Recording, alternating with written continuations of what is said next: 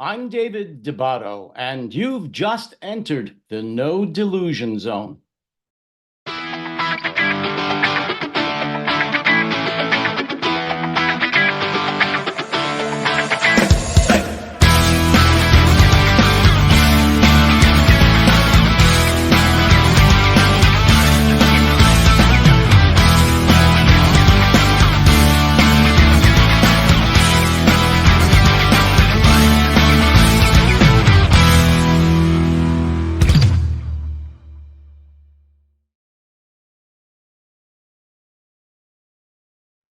Welcome to this edition of the No Delusion Zone. Ben Hodges is a retired U.S. Army Lieutenant General. General Hodges is a 1980 graduate of the United States Military Academy, and from 2014 until his retirement in 2018, he was the commanding general of U.S. Army Europe. He has held command positions at every level in the U.S. Army, from platoon, company, battalion, brigade, and division, to the most senior level positions within several major theater and army commands worldwide. Since retiring, General Hodges has been the Pershing Chair in Strategic Studies at the Center for European Policy Analysis, as Senior Advisor to Human Rights Watch, and as NATO Senior Mentor for Logistics. General Hodges is a consultant with several major governmental and private organizations in Europe, and can be seen almost daily on podcasts, internet streaming shows, and international news networks discussing the war in Ukraine, Russia, and other crucial geopolitical issues. It is my pleasure to welcome General Ben Hodges to the No Delusion Zone. Welcome, Ben. Dave, thank you very much. And I love the title of your program. Well, I'll tell you right up front, very briefly, that title comes from my almost 4 years or so on LinkedIn, when I went up against a lot of people who did not agree with the war in Ukraine, with NATO, or a lot of the things I believe in, and a lot of trolls from Russia, to be quite honest, interrupted me and actually attacked me pretty viciously. And I had to tell them that I don't accept delusionary talks on my posts. And a lot of the people on LinkedIn told me that I really should call my post the No Delusion Zone and set up rules. So when I left LinkedIn, due to the trolls and attacks, I decided it's not a bad idea. So that's the origin of the No Delusion Zone, and I still uphold those rules. I want to say right up front that to me, Ben, the most pressing national security issues for both the U.S. and Europe right now are both the U.S. presidential election in November and the war in Ukraine, which right now, unfortunately, are connected. So I think it would be stupid, foolish of me to spend a lot of time with you discussing other international conflicts as potentially important as they may be down the line. Having said that, I will say that one of the reasons I was so interested in having you as my guest is your many outspoken statements on the war, particularly the lack of a strategic vision for the outcome expressed by the West, including the United States. I'm very angry that our own government has still not stated that they want to see Ukraine win the war. And to be honest, I'm sick of hearing the phrase that we're going to stick with Ukraine for, in quotes, as long as it takes. Would you agree that one of the biggest impediments to the successful conclusion of this war in Ukraine is the failure of the West to clearly state their strategic vision for the war, i.e., what the hell is our end game? That is the biggest hindrance to us helping Ukraine defeat Russia, is our inability or unwillingness to say that is our objective. If you don't, in anything, whether it's business or sports or defending your strategic interests, if you don't clearly identify what it is you're trying to do, it's impossible to develop a winning strategy, and it's unlikely that you're going to come up with effective policies because they're not anchored to a strategic design. So the unwillingness or inability for the White House and the leadership to declare, to recognize that the defeat of Russia is to our advantage, and then to explain it to our own population That's what's made this thing drag out like it has. And this is the fault, by the way, of multiple administrations. I mean, we've been wrong about Russia, somehow thinking that we could deal with them for years, and here we are. Well, I'm going to get into some of those related topics in a little bit, but just getting back to America right now, we're both Americans, obviously.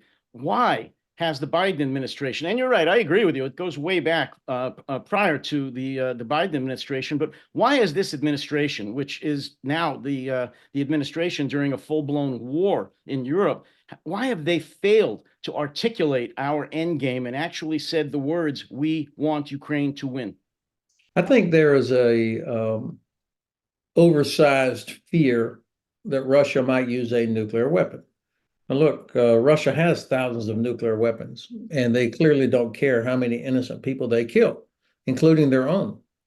But I think it is very, very unlikely they would use a nuclear weapon. There's no benefit for them to use a nuclear weapon. The benefit for Russia with the nukes is not using them, but to constantly threaten it because they see how we overreact. So I think the White House, now, of course, to be fair, I have zero responsibility more as an old retired guy. The president has all that responsibility. But I think that we have consistently been wrong in our estimation for years of what Russia can do and what Russia will do. I agree, and we could talk about well, we can have a whole show about our misunderstandings of the Russian mindset, both at the military, intelligence, and cultural levels. But again, that would be for another show. Ben, you served in Europe during the Cold War, starting around the same time actually I did in the early 1980s. So you have a familiarity, a long familiarity with Russian military tactics, their cultural mindset, and so forth. But so many of the leaders and almost all of the people, over about 40 or 50, living in NATO countries, especially in NATO countries located in Eastern Europe, seem to have developed a case of amnesia about the bad old days of the Soviet Union. Is it just, and I'm talking mostly about the leaders here, is it just greed and the fear of severing lucrative business connections inside of Russia, or is it simply naivete and cowardice, or is it a little of all of the above? Dave, I think it is important to note for the record that the Soviet Union never attacked when you and I were stationed in West Germany. So that's just to be clear. Yeah. We did our part. Look, I think that we've become spoiled in the West after decades of the Cold War, where everybody, including Germany, had enormous militaries. The German Bundeswehr was among the best in the continent of Europe at the end of the Cold War, and there was this belief, the whole peace dividend and the end of history, and it's like, all right, we won. Now we can get on and do all that, and there was deserved elation across Europe as former Soviet republics or former Warsaw Pact countries were finally free. We were not prepared for that.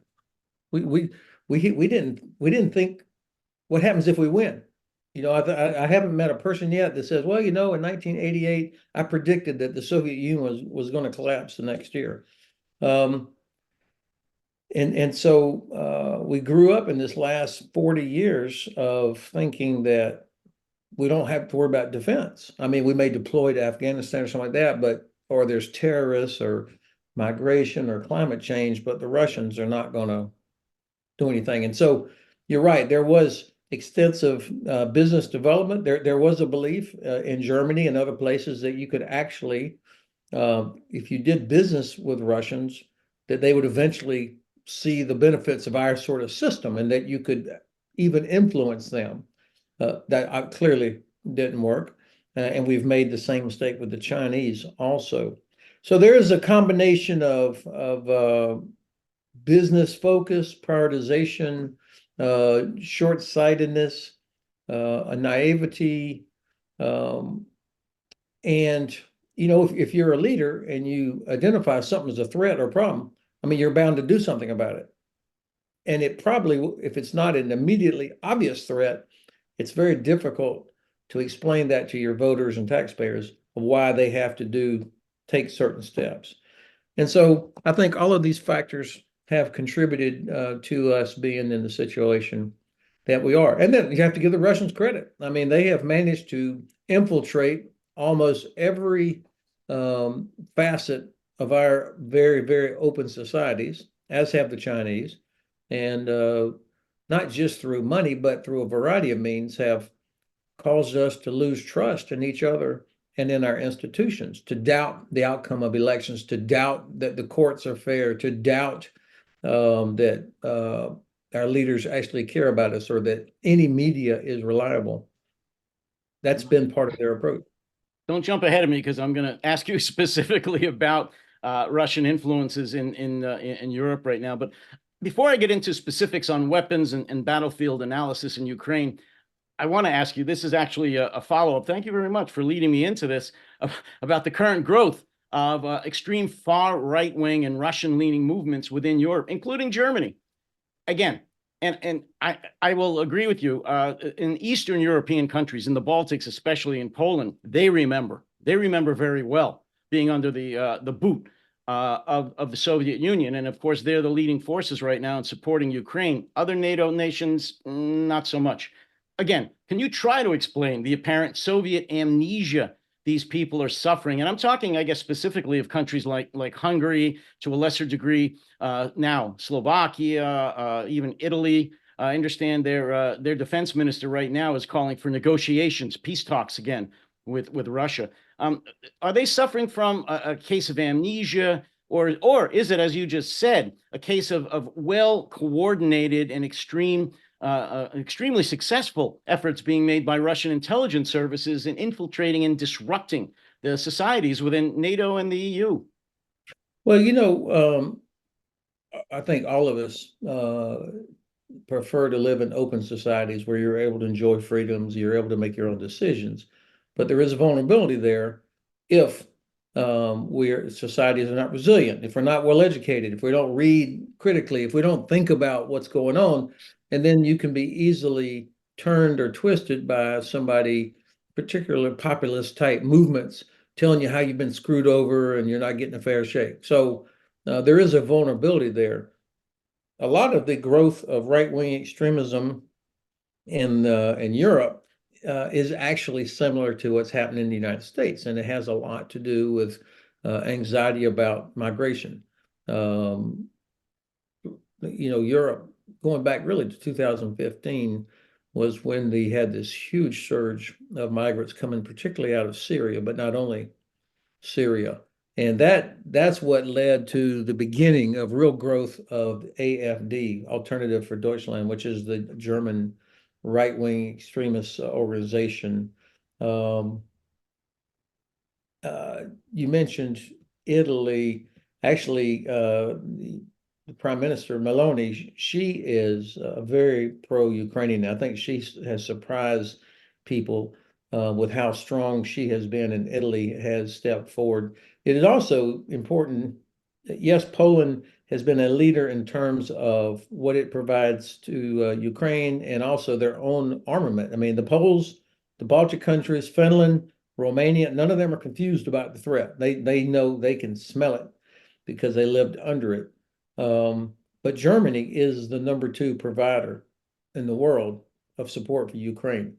And it's also worth noting that Europe together has provided more to Ukraine than the United States. But quantities don't matter. It's, are we achieving the effect of helping Ukraine win? And none of us are where we should be yet.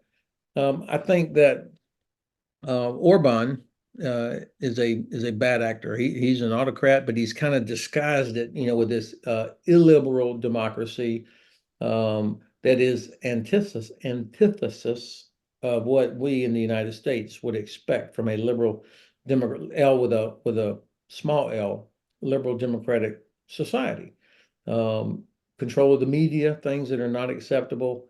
He really tries to Hungary lost about half or to two-thirds of its territory after the end of the First World War in the Treaty of Trianon. And so Orban plays on that. That's where he talks about all the Hungarians that are inside Ukraine, for example, and in Romania and in other countries. And he uses that in a nationalistic, populist way to keep things stirred up. And of course, he's blocked aid for Ukraine inside the EU, and he's blocked progress inside NATO.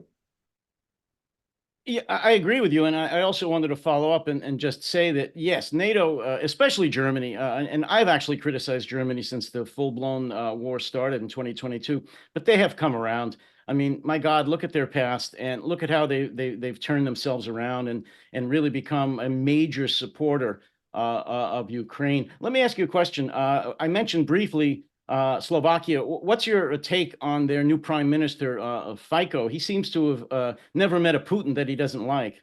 Yeah, that's well said. This is unfortunate that a guy like that has managed to get back into power despite very a past with a lot of legal issues.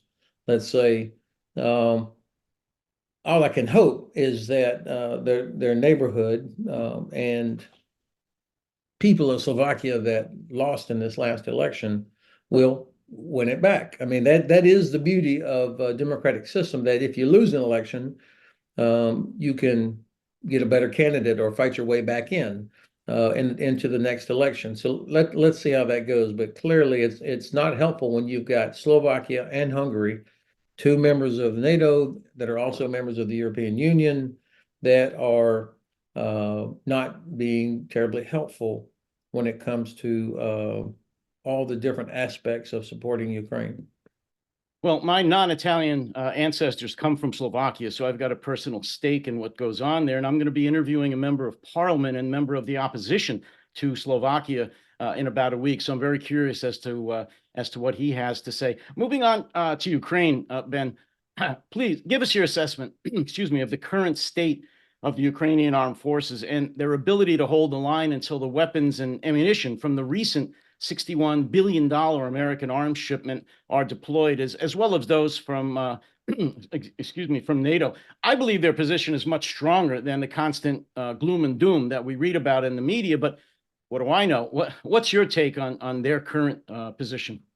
I'm glad you said that. There is a lot of doomers. There are a lot of doomers out there that say, "Come on, we need to push Ukraine. They need to negotiate now.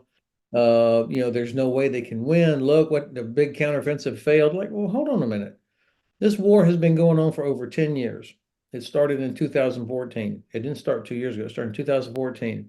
After 10 years, with Russia having every advantage, Russia controls only 20% of Ukraine. They've lost a third of their navy, which is now underwater, and the rest of it is having to move back away from Sevastopol. Their air force, which is much more modern and bigger than Ukraine's, has failed to accomplish its two most essential tasks: air superiority and interdiction of the lines of communication. Not one train or convoy bringing equipment or ammunition from Poland into Ukraine has been hit. That's just a colossal failure by the Russian Air Force. And the Russia land forces have lost around 500,000 soldiers killed and wounded, and not to mention the thousands of vehicles that are gone. So yes, these things can be replaced eventually. Yes, Russia has a huge manpower advantage. But I don't think this is an infinite advantage. I don't think there's a lot of Russians rushing to recruiting offices saying, "Sign me up." They're having to pull people out of jails. They're luring people from other countries, and most of the recruiting happens out in the hinterland in other parts of Russia. Very, very little comes from Moscow or St. Petersburg because they don't want to have a bunch of funerals there like they are out in these poorer parts of Russia. So, in the conflict, there's two sides, two antagonists, and so much focus is on Ukraine's challenges. I would keep watching Russia's challenges, their issues with, the fact that they have to import ammunition from North Korea and drones from Iran, parts from China. I mean, if our sanctions were being fully and rigorously enforced, I think we'd be seeing a different tune, just with better implementation of the economic tools that we have. General Sirski's job this year, I think, is to stabilize the front, to buy time. I don't believe that Russia has the ability to knock out Ukraine. There are no well-trained, organized, supported armored corps and divisions that are just waiting to lurch, to break through and exploit some of these local tactical successes. They don't exist. So I think General Sirski's got to buy time, let the things that the U.S. has finally agreed to begin to take effect, give our other European allies and partners time to get their ammunition flowing. And also, Ukraine has got to build their army bigger. It's inexplicable to me that the average age of Ukrainian soldiers is over 40. I mean, hell, you and I we'd kind of fit right in. I understand there's cultural reasons, but they cannot continue doing this a whole lot longer unless they figure out a way to grow the size of the army. I was shocked just as much as you were, perhaps, about that age of 27. Can you think of any reason aside from, like you said, cultural reasons why they've had this policy? I've asked several Ukrainian friends, and the concern they have is if you lose so many men in their early 20s, obviously that will have a long-term generational effect on being able to continue to have families. So that was what was cited to me, and I thought, well, yeah, but if you lose your country, then what? And I think there's also the risk that the support of countries like Poland and Romania and Germany will begin to erode when they look around and see hundreds of thousands of Ukrainians who are military age that are here rather than there, while their government's asking for support from the countries of Europe. So I think this is not a good visual. It's not a good policy. So they did just have a significant political battle inside Ukraine, where the Rada agreed to drop the mobilization age to 25. In World War II, the average age was 26. And most Western countries began to recruit at the age of 17, 18, 19. So I think this is something the Ukrainians are going to have to fix. Now, this is the job of the government. If women and men don't have any confidence that they'll be properly trained and equipped before they're sent into the front, then that's on the government to fix that, and for soldiers to be confident that if something happens to them, their family will be cared for. This is the job of the government. Well, as you know, Ukraine's fighting a 2 or 3 front war. Not only are they fighting Russian aggression, obviously, but this issue about the military not being large enough, not being built fast enough, and a third one, which we haven't talked about, and I don't want to get into it too much now because we don't have time, is corruption. They've, of course, inherited a lot of that from the Soviet Union, but it's a continuing problem, especially when we're talking about the military.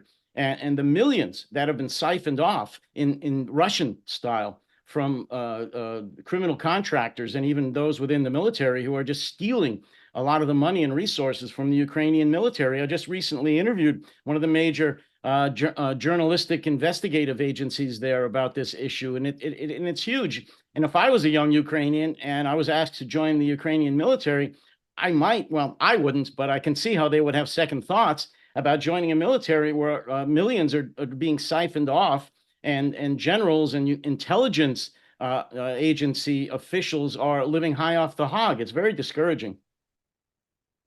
I don't have that same view about the extent, but I don't deny that there has been corruption and that there might still be. We have rigorous procedures internal to our own services in the U.S. For the same reason. I mean, of course, you have to watch when people have access to a lot of money, and if there's not total transparency, there will be corruption. We've had it in the U.S., we've had it in other countries. So I think President Zelensky knows this. I think the defense minister, the reason the defense minister was brought in was because he would be a guy that would focus inward on the procedures inside the Ministry of Defense. I had when I was still in the Army, I got to know a terrific woman who was the deputy speaker of the Rada at the time, and she was trying desperately. This would have been back in 2015, yeah, 15, 16. She was trying desperately to get oversight of the Ministry of Defense budget, just the way our Congress has total oversight over the U.S. Department of Defense budget. And I had worked with Army Congressional Liaison myself in the U.S., and so I knew our model, and so I tried to help there inside Ukraine with that. But the Ministry of Defense at the time had zero interest in transparency in front of a bunch of members of the Rada, because they believed that the Rada would not protect information. So this is going to be this is going to take a long time to get that fixed. But I think the reports of corruption honestly, I believe they're exaggerated, but I don't deny that they're there. The key thing is that President Zelensky and his defense minister and others are focused on trying to root that out while fighting a war. And of course, our embassy.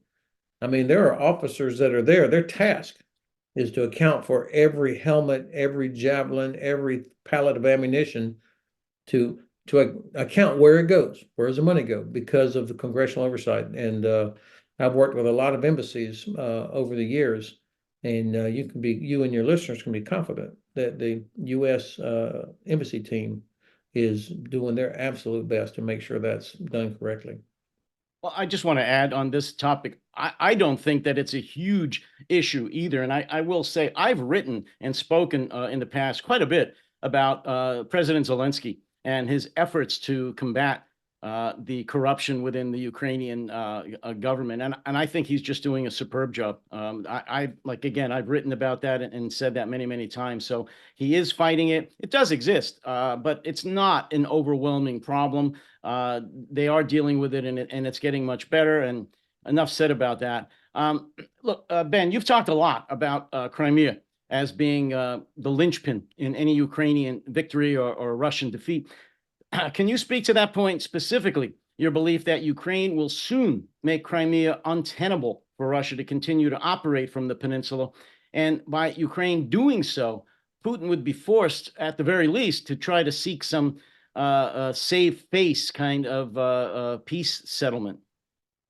I believe that Crimea is the decisive terrain of this war. I mean, that's really what Putin wanted. I don't think he gives two hoots about the poor parts of Donbass. That's not what's valuable to him. The Donbass is only important to him as the land bridge down to Crimea. That's why he built this gigantic bridge to Crimea. And because of that, and with Russia controlling Crimea, they block access up into Azov Sea, where Ukraine had two of its biggest ports before the war, Mariupol and Verdansk. So with Russia controlling Crimea, not only are they able, even let's assume that peace was declared tomorrow, Russia would still be blocking access up into Azov Sea, and those two big ports would never be able to regain their previous importance and prosperity because of that bridge and the ability of Russia to control what goes in and out of there. And then when you think about where it sits, I mean, the reason Catherine the Great took it the first time back at the end of the 18th century was because from there she could protect the whole Russian coastline from the Ottoman Navy. And so Crimea is this unsinkable aircraft carrier that gives Russia the ability to dominate the Black Sea. Only problem is that it's not theirs.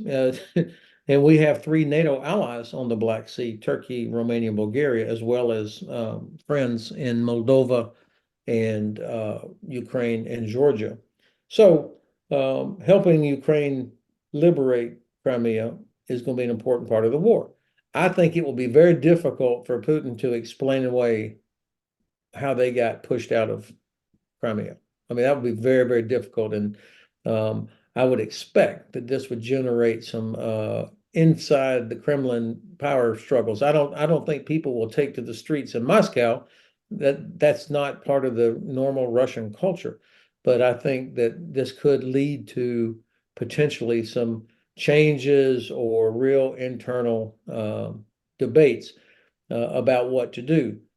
Now, I have no illusions that Ukrainian forces could just attack Crimea and take it. It won't happen like that for geographical reasons as well as combat power reasons.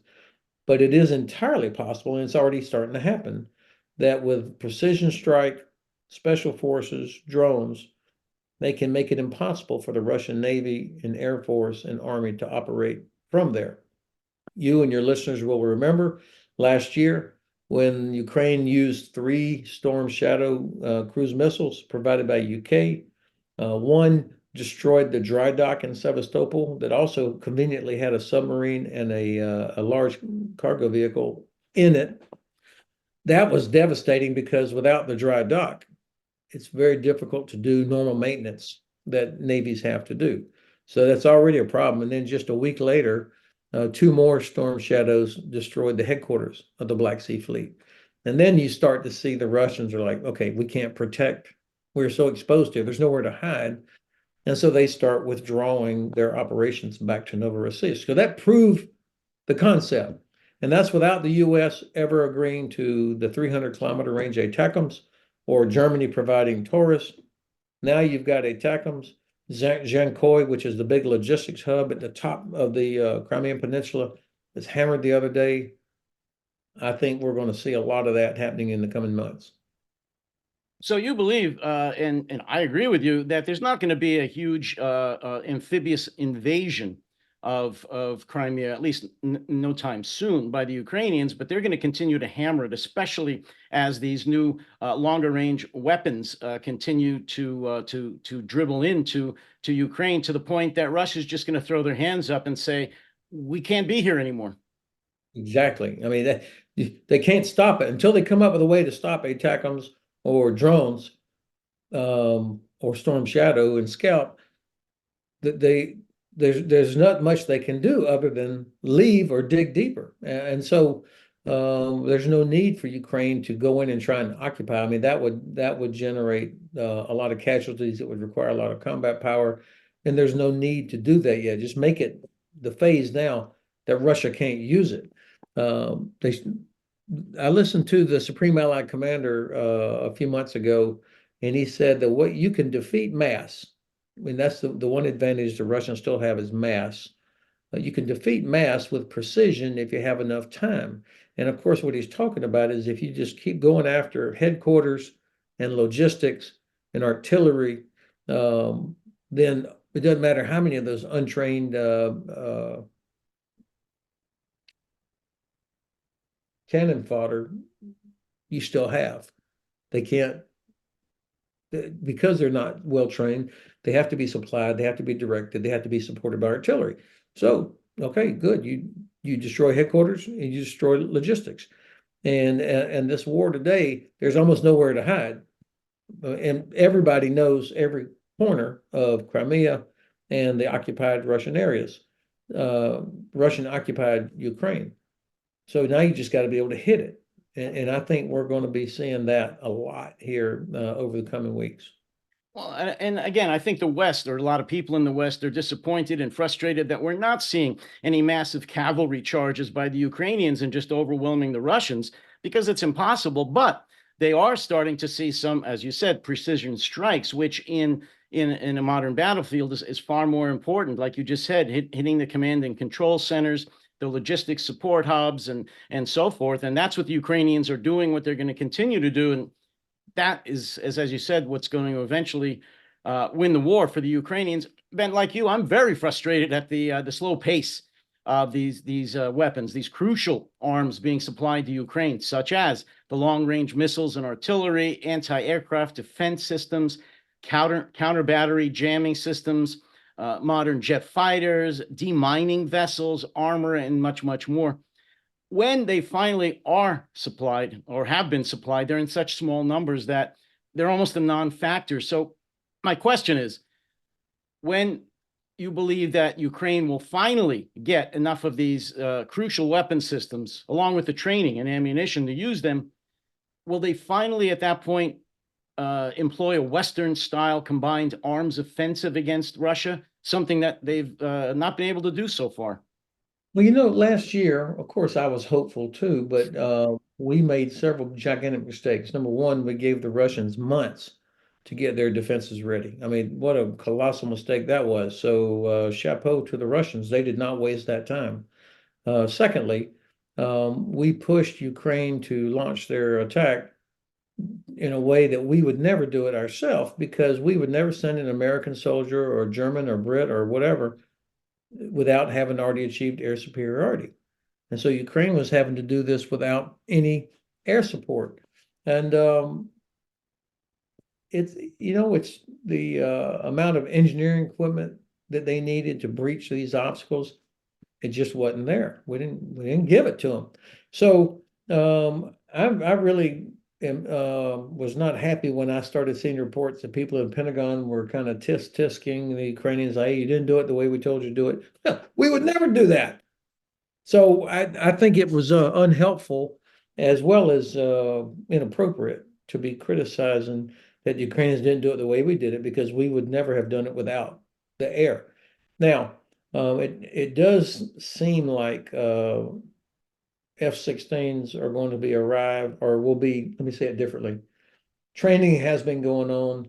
The development of necessary bases and maintenance capability has been going on. I don't know the extent, nor should I. But I imagine we'll start seeing some air power, Ukrainian air power begin to take effect sometime in the summer. I would imagine there's a lot of thinking and practicing and rehearsing and coaching going on about how and where to best employ that capability. There's nothing magical about an F-16. It's how is it employed as part of an operation, the pilots, and as you know, it's a big difference between being able to fly an airplane and being able to conduct combat operations with that as your platform. So I can imagine we'll see 16s employed in a variety of different tasks where they will be effective, whether it's counter air, going after Russian aircraft that are launching these missiles against Ukrainian cities, or will it be to go after some of the Russian infrastructure in Crimea, for example, or elsewhere? I think there's a variety of tasks that the F-16s will do well, but we don't want to rush to failure here. This is build up confidence, get some experience, and the Russians, of course, will be looking for these things. So I think it won't change everything overnight, but I think we'll feel a difference. In the past few weeks, there's been a lot of talk in the press, of course, about President Emmanuel Macron's statements regarding the possibility of NATO forces being deployed directly in Ukraine should certain red lines be crossed. What are your thoughts about that? Namely, NATO forces, whether ground, air, or naval forces being deployed to Ukraine under certain circumstances? Well, first of all, I loved it when President Macron said that because here's a leader acting and talking decisively and understanding that this is about getting the initiative. I mean, why are we always reacting to what the Russians say or do? We want them reacting to us. I mean, that's as old as military thinking. Sun Tzu, Clausewitz, pick your favorite military philosopher, get the initiative and keep it. And so, it makes no sense to say we're never going to do boots on the ground. Okay, why would you tell the enemy that? So I think what President Macron did was important, even if he never intends to send a single baguette to Ukraine. I think it was very useful, and it got people in several other countries indicated like, yes, I think he's right. We should consider that. And of course, the Russians are freaking out about it. That's why they threatened yesterday, to do a nuclear exercise. That's how concerned they are. Now, having said all that, I think if I was told, okay, you're going to go put your troops in Ukraine, I would say, yes, sir. For what? I mean, this goes back to our very first point of the conversation of objective. What are these soldiers supposed to do? That's the easiest thing in the world for any president. Is they just throw troops at it, send the Navy over there, fly some airplanes, have some drones, launch some missiles. But for what? I mean, what's the end state? What are we trying to accomplish? If you're going to put American soldiers on the ground, or French, or British, to do what? Um, and I think I'm sure the Congress would say, well, wait a minute. What is the strategy here? What are we going to start? Don't want to start sliding into this. You want to go in with a very clear purpose, clear chain of command, rules of engagement, and an understanding of what we're trying to accomplish. Now, I can think of several tasks where European soldiers or American soldiers or Canadians could be very effective, but they would not be risk-free. I'm thinking of air defense, logistics, engineering, different other tasks where they could help either augment Ukrainian forces or raise capabilities. That I would have to go back and say, Mr. President, what's the end state here?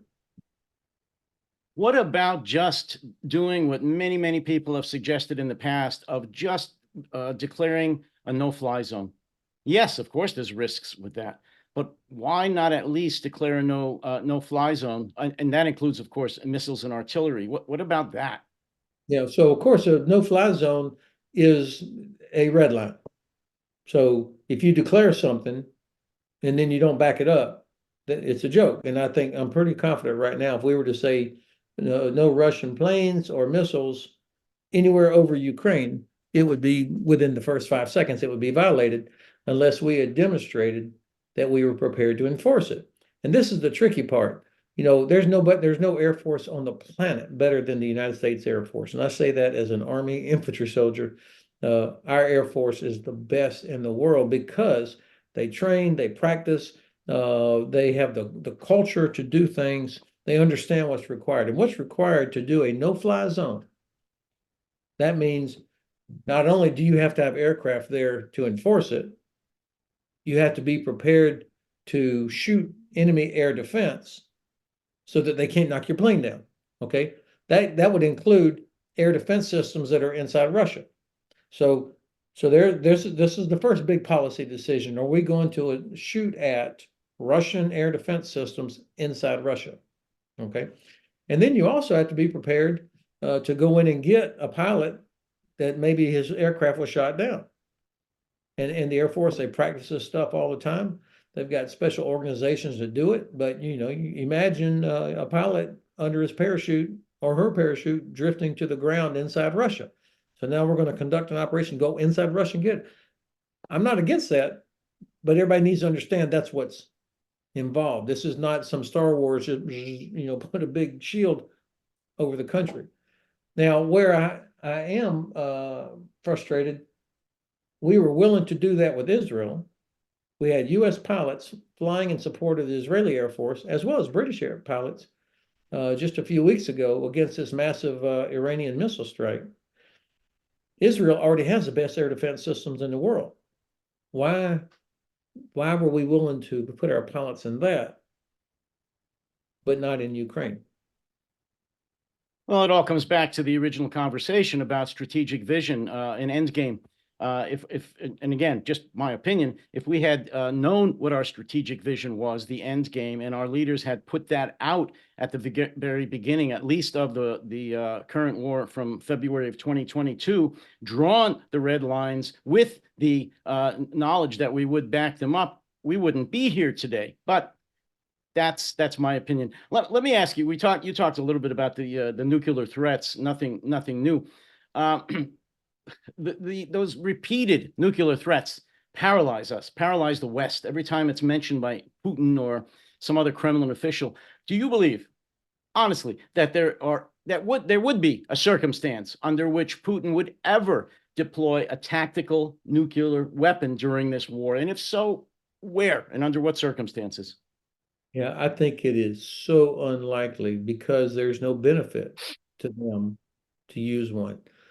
Tactical nuclear weapons were developed during the Cold War to blow a hole in NATO defenses. And then the Soviets and Warsaw Pact had troops that were properly equipped and trained on how to operate in a contaminated environment so that they could exploit this gap that had been blown by some tactical nuclear weapons. Now, a tactical nuclear weapon, I don't want to downplay the significance of it, it's still a nuclear weapon, but most of them you could detonate at the one end of the runway of a major airport and it would not necessarily blow out the glass of the terminal. I mean, this is so different. People think about nuclear weapons, you automatically assume Hiroshima type thing or Dr. Strangelove, and instead it's an explosive device, and you can actually achieve greater blast effect with some other non-nuclear weapons these days. But the nuclear has this because of the contamination, and also it's in a category that is different from everything else. So I tried to think, all right, don't think like an American, try and think like a Russian. Where would I use it? To do what? There is no place, or excuse me, there are places where they could use it, but there is no exploitation force that could take advantage of it. If Russia decides to cross that threshold and use a nuclear device to create a gap, there are no forces that are trained and properly equipped to operate in a radioactive area and exploit it. So there's no practical reason. President Biden has said to the Russians publicly, you will suffer catastrophic consequences if you use any nuclear weapon. Catastrophic. That was very clear. And I think the Russians believe him. The Chinese President Xi has also said, do not use a nuclear weapon. So from a strategic level, Russia is unlikely to do this. And I'm just trying to think, well, okay, well, somebody said, well, what if they use one against Kyiv? Okay. And then what? I mean, now you destroyed part of the capital. You may have killed hundreds, if not thousands of people. And then what? So I mean, there's no benefit for them to do it. The real benefit for them is the threat that they might do it. And so I just have a hard time seeing any. Some people will say, okay, well, Russia's losing, and so Putin says, screw it, and just takes everybody with him. That makes no sense. I mean, from a Russian standpoint, that makes no sense. And I'm not sure that the people around him will be as eager to blow themselves up in that kind of a scenario. I mean, it's not like he sits at his desk and just pounds a red button and missiles go flying. That's not how it works. So I think the best way to prevent this from ever happening is to continue to remind him that we have thousands of nuclear weapons. Russia will suffer catastrophic consequences. And then we need to double down on what we're providing to Ukraine so that Ukraine can win. That's the best way to prevent this from ever happening. Well, whenever I hear about this nuclear threat, I keep envisioning in my head Putin saying, and I really, really, really mean it this time. It's just ludicrous. To follow up to this question, Ben, what is your interpretation of the catastrophic consequences that you just mentioned that President Biden did say? What does that mean? I have my own thoughts. Everyone has their own thoughts about what that would actually mean, but what do you calculate the Western or / U.S. response would be exactly to the Russians unleashing a tactical nuclear weapon in or near the territory of Ukraine? Of course, I've been retired a few years now, so I can't claim any special insight anymore. But 3 or 4 things would go into consideration. For sure, the Joint Staff will have already prepared multiple options for the president. Depending on what Russia did, they will have thought through different types of responses, what would need to be done, what's the effect that you would want to achieve with that response, etc. So this won't be a surprise, or no, they won't be unprepared if they're required to give the president options. Secondly, I'm thinking it would not be, it could be, but unlikely that they would target something inside Russia because of I mean, that's puts things in a different category. I could imagine, I mean, I wouldn't rule it out, especially if the offending nuclear weapon that the Russians used came from somewhere inside of Russia, then I could imagine that being a target. But even then, I think there'd be some reluctance to do that. There are a lot of things where Russia could be hurt very badly outside of the territory of Russia. I'm talking about in occupied parts of Ukraine, Russian forces, their Navy base in Syria, for example, other places where they could suffer devastating consequences, catastrophic consequences. I don't think we would use a nuclear weapon, actually. I think all the effects we would want to achieve could be accomplished using different types of high explosive non-nuclear weapons. And I would expect that we would confer with several of our allies because allies could end up having to deal with some of the consequences of that. So those are the factors that I think would go into this. Would I be wrong in saying that if Russia deployed a tactical nuclear weapon in or near the Ukrainian territory, that the Western response would be to utterly decimate all of the Russian forces within Ukraine, to include, of course, all their naval forces in Crimea, to the point where they were non-combat effective or ceased to exist? I could imagine that on the upper end of potential responses, there would be a very large scale strike that would go after, Russian Navy, Russian Air Force, different capabilities inside Russian occupied Ukraine. Okay. Where do you see the situation on the battlefield playing out for the remainder of 2024? I know you can't make predictions, you don't have a crystal ball, but based on what you're seeing and within some of the new developments, especially with the release of the $61 billion and some of the new initiatives actually coming out of NATO, which are very positive, what do you see for the remainder of 2024 and, if possible, for 2025 and even beyond? I think this year, number one, is going to be a year of industrial competition. I'm seeing more and more defense industry companies both gearing up inside Europe and the U.S. to increase production, but also to help Ukraine build up their own industry. There was a significant meeting in Brussels just the other day with about 100 different European companies came together under EU auspices to talk about how they could get in business inside Ukraine to help rebuild Ukraine's defense industry. So, Ukraine used to be the heart of the Soviet defense industry. So there is a large residual technology, tech-savvy population. So that's part of it. The second part, of course, I've mentioned is growing the size of the army. They need more troops so that they can have more brigades to allow rotation, to pull people out of the fight so they can come back, rest, get new equipment, train on the new equipment, and then be put back in. So you need enough troops to be able to rotate people out of combat. And right now, I think they are wearing out what they have. I think we're going to see continued attacks against Russian oil and gas infrastructure. We should inside Russia. That will have an impact on Russia's ability to generate income, as well as Russian people are going to start feeling it at the gas pump. I think we're going to see continued attacks on Russian facilities inside Crimea. That's going to continue.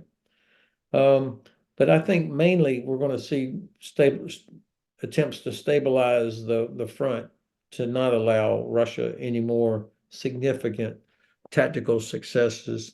I don't, I mean, there will be some local counterattacks and things like that, but I don't have a sense that there's preparation for a major, they don't have the ammunition and the things required to do it I think we'll see some local counterattacks to recover villages that were lost or something, perhaps, but those are tactical level.